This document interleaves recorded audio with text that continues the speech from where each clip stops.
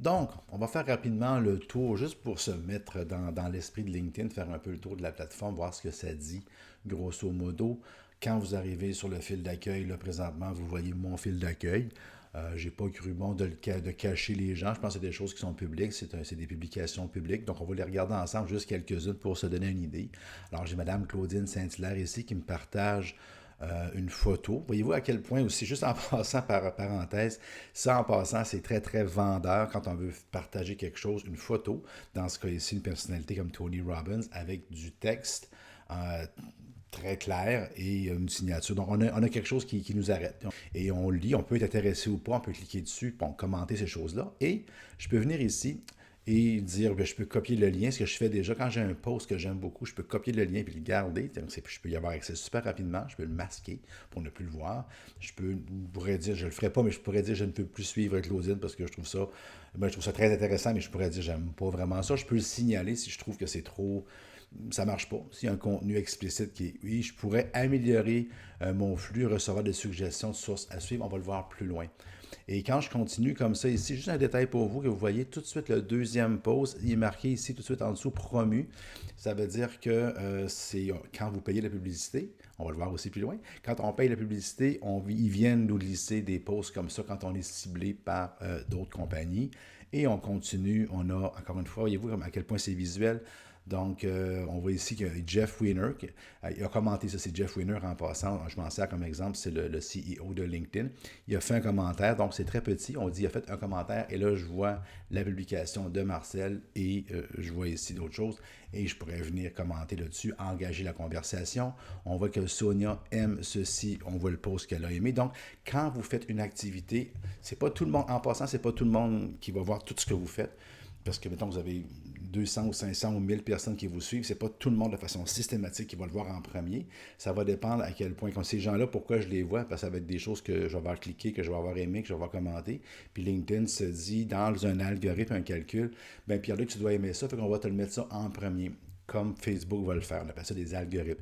Et on continue. Donc, on a un fil d'actualité et on a même des suggestions. À tout bout de champ, ils vont nous suggérer parce que ce qu'ils veulent éventuellement, LinkedIn puis Facebook aussi, c'est qu'on reste de plus en plus longtemps sur leur plateforme, qu'on consomme du contenu, qu'on s'engage, qu'on aime ça et ça a une valeur pour eux qu'on fasse ça.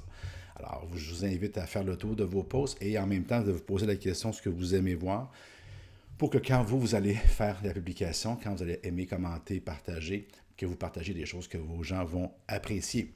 Vous avez dans un deuxième temps ici au niveau de votre réseau, donc on va vous dire le nombre de personnes avec lesquelles vous êtes en relation, on va vous suggérer des gens de vous connecter, on va vous présenter des gens qui vous avez peut-être des chances avec qui vous êtes en relation, comme ici la personne, bon, Stephen Cooper, je vais me permettre de le montrer. Il y a Monique, il y a 100, on a 144 relations en commun. Il y aurait des chances que si je regarde son profil, puis tout ça, est-ce que je peux être intéressé à connecter avec lui? En tout cas, on a au moins 144 relations en commun. Je vois une autre personne ici, on a 5 autres relations en commun. C'est sûr qu'on va nous présenter des gens avec lesquels on a des relations en commun. C'est correct, ça c'est dans le réseau. Donc je pourrais même aller gérer ces choses-là. Je vais en traiter plus loin dans le développement du réseau. Au niveau des emplois, ce n'est pas l'objectif du cours d'aujourd'hui, mais au niveau des emplois, si jamais j'ai été intéressé, ben j'ai un onglet emploi, je peux faire une recherche ici avec des mots-clés, je peux le rechercher par lieu. Et puis après ça, ici, là, parce que j'ai le compte premium, on m'offre des choses que vous avez peut-être pas si vous n'avez pas le compte premium. On me dit les emplois pour lesquels vous êtes l'un des meilleurs candidats, on m'en parle ici, des offres d'emploi qui pourraient vous intéresser. Donc, c'est ce qu'on a dans l'onglet emploi. On n'ira pas plus loin pour l'instant. L'onglet messagerie, là, je vais me permettre de masquer les différents messages ou je vais vous les cacher. Je vous les ai cachés. Mais c'est la place où est-ce que vous entrez en contact avec les gens. Et pour utiliser LinkedIn depuis 9 ans, je trouve ça super intéressant, c'est bien fait, il y a une espèce d'effet de messagerie instantanée. C'est plaisant de pouvoir contacter des gens, puis de voir leur visage, de voir leur profil, puis de savoir où ils sont. Moi, j'aime mieux ça, honnêtement, que quand je suis en contact avec des gens sur LinkedIn, j'ai pas tendance à leur envoyer des emails, ces choses-là, parce que j'aime leur voir le visage. Donc, je vous encourage à développer ça et à répondre à vos messages, parce qu'il y a des gens qui ne vont pas souvent, puis qui ne répondent pas aux messages, puis ça crée... Donc, la messagerie est très bien montée, très bien faite. Vous pouvez chercher aussi ici tous les messages qui sont archivés, que vous pouvez les mettre de côté, les messages juste de vos relations de premier niveau, les messages qui sont non lus, les emails, ça c'est les gens qui payent 10$ pour vous contacter ou qui ont des comptes premium pour vous contacter, puis ceux que vous avez bloqués, vous pouvez même aller les revoir. Et vous avez une fonction de recherche assez puissante aussi dans les messages avec des mots-clés.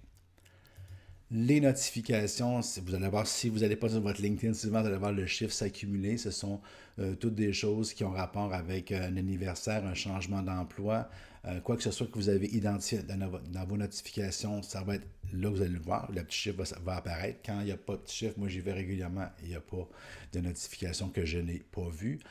Ensuite arrive votre profil. C'est ici que vous pouvez gérer vos préférences, l'abonnement premium s'il y a lieu, l'assistance à la clientèle s'il y avait un problème, la langue d'utilisation.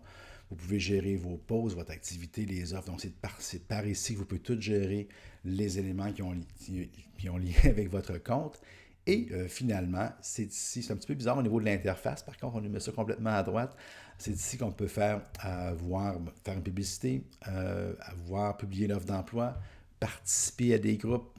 ProFinder, ils me le mettent, mais ça ne fonctionne pas au Canada, ça fonctionne juste aux États-Unis.